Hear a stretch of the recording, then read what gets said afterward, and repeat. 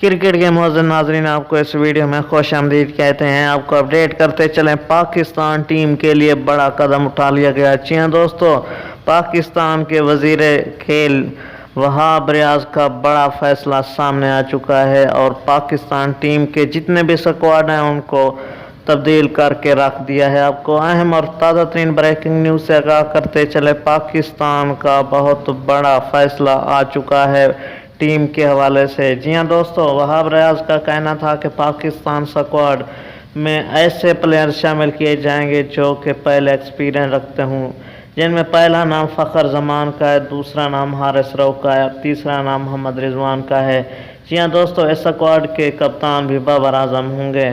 ابھی تک یہ فیصلہ نہیں ہوا کہ نسیم شاہ کو یا پھر شہین شاہ کو ٹیم میں واپس لایا جائے گا یا پھر اس کو علیحدہ کر لیا جائے گا۔